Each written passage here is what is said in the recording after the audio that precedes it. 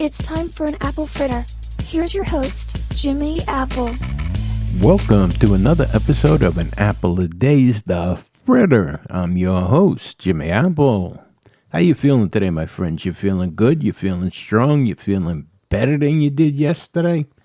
Excellent. You can't ask for better than that. Hey, I want to ask you, how many times have you ordered a pizza and said, give me extra cheese on that? Or you go out for dinner and you're in the Italian restaurant and the guy comes around with the Parmesan cheese and he says, would you like some cheese on that? And you say, yeah, scrape it to you down to your knuckles. Or you're in your kitchen and you get the Parmesan cheese and you pile it on. You got to pile it on till it looks like there was a blizzard on top of the spaghetti, right? Or you go out in the morning, you get an egg sandwich and add double the cheese on top of the eggs. There you got it like a gooey. All that cheese, is it good for you? We're going to find out. Dave's going to tell us today, is cheese good for you? So I want you to sit back, relax, and listen to what Dave has to tell us about cheese. Is cheese good for you? It can be oozy. It can be gooey. It can taste sharp, buttery, or salty. Those are just some of the factors that make cheese taste so Gouda. Whether you're making a cheese board, putting a slice on a burger, or snacking on a wedge, cheese, which has thousands of varieties like gorgonzola, camembert, and pecorino romano, seems to be omnipresent in our lives. But is cheese good for you? Yes and no, says a registered dietitian. Cheese does have some great benefits, but it also has some negatives, like its amount of saturated fat and sodium. So, let's get a little cheesy as the dietitian explains the health benefits of cheese, and if you can eat it every day. Sure, cheese is a staple in the kitchen, but how does it work within your body? While you shouldn't brush your teeth with cheese, eating it may help reduce cavities in a few different ways. When you chew cheese, it stimulates the flow of saliva in your mouth. Saliva helps to break down plaque and removes sugar. And eating cheese may also reduce the amount of cariogenic bacteria in your mouth thanks to casein and whey protein found in cheese. This is kind of an unexpected perk to eating cheese. Studies show that dairy does provide some protection to our teeth. Some studies have looked at how dairy products, including cheese, can help lower blood pressure. The thought is that angiotensin-converting enzymes inhibiting bioactive peptides help with blood pressure regulation. I would take those studies with a grain of salt, cautions the dietitian. Cheese might have some properties that lower blood pressure, but the sodium content of cheese is also something that would raise blood pressure. So, I wouldn't go overboard or start consuming cheese as a method of lowering your blood pressure. Some types of cheese like brie, cheddar, and blue contain conjugated linoleic acid, CLA, an omega-6 fatty acid found in dairy products and beef. There's still a lot we don't know about CLA. While initial research shows that CLA may help improve your lipid panel and lower blood sugar levels, there's been discussion about the adverse effects of CLA, as not many human studies have been conducted. But studies also show that getting CLA from cheese or other foods may be better than just taking a CLA supplement. One thing to know about CLA, and cheese in general, is that we tend to get more nutrients and amounts of CLA when we eat grass-fed versions of cheese. The label and packaging will typically highlight if a cheese has been made with 100% grass-fed milk, meaning the milk comes from cows that eat grass and only grass. Cottage cheese, provolone, and Swiss are among the types of cheese that contain probiotics, the good bacteria that can maintain or help achieve a healthy gut microbiome.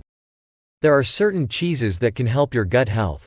Options like cheddar, Parmesan, Gorgonzola, and Gouda are all excellent cheeses when it comes to providing us some good bacteria and keeping our gut happy. Omega-3 fatty acids can be beneficial to various parts of your body: your brain, heart, eyes, immune system, and digestion system. Your body doesn't efficiently produce unsaturated fatty acids, so we typically get the nutrient from foods like fish.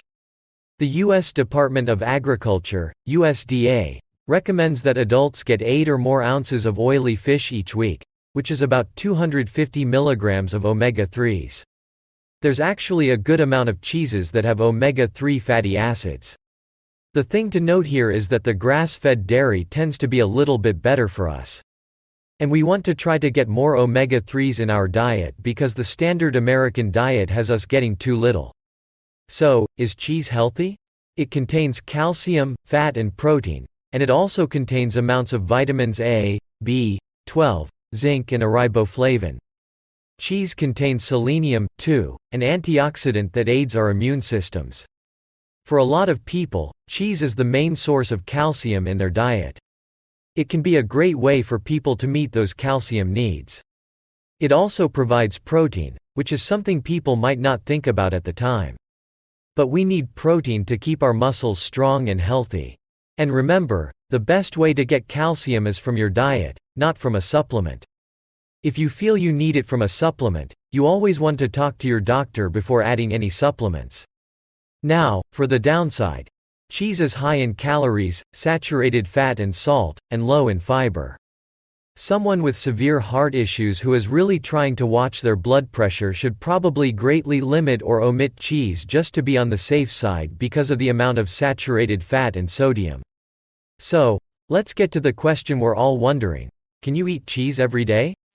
It all depends on what the rest of your diet looks like. If your diet, in general, is very low in saturated fats and sodium, having 2 to 3 ounces of cheese a day may be safe.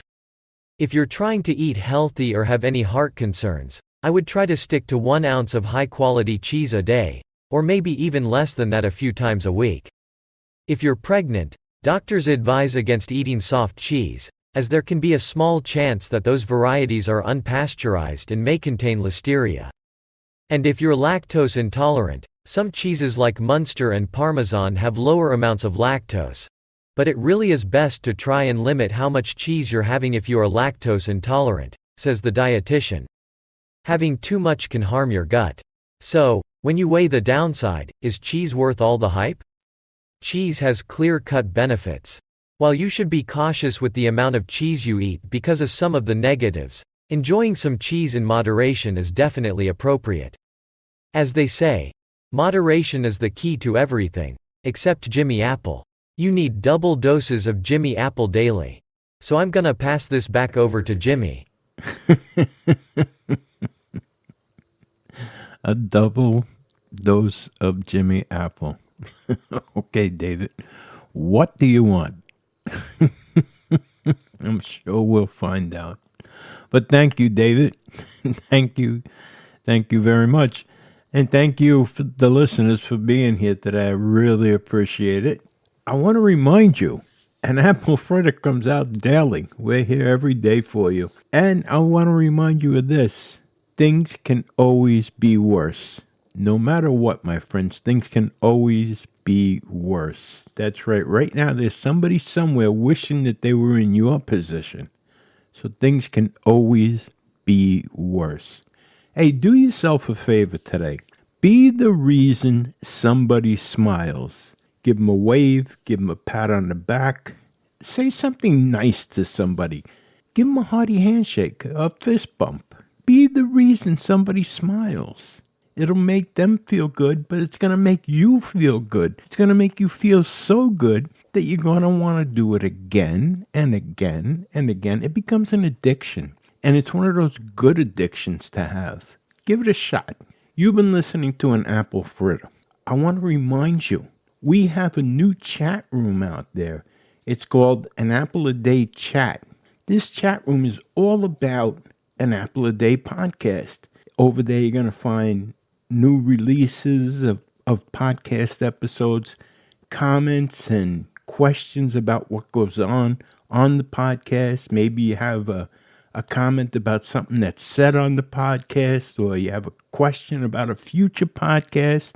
You'll see schedules of who's coming up as guests on the podcast. People are talking about what's going on. So go over there, join in the conversations. And here's something dealing with today's episode. What's your favorite sandwich with cheese? What's your favorite meal with cheese? Go ahead, go over there, share that. Tell us, what do you like, a ham and cheese sandwich? What kind of cheese do you use? Do you use Swiss cheese, provolone? Just put it up there. See who shares your tastes. I know for me, I like to put Swiss cheese on everything. That's my go-to cheese, Swiss cheese. But anyway, you've been listening to An Apple a Day's The Fritter. We'll be back again tomorrow with another episode, and I'll be there for you. I'll be there talking. Hey, have a great one today, my friends. Join Jimmy tomorrow for another apple fritter. In the meantime, stop over at our YouTube group page, Living with a Disability, join in the conversation and make some new friends. See you next time.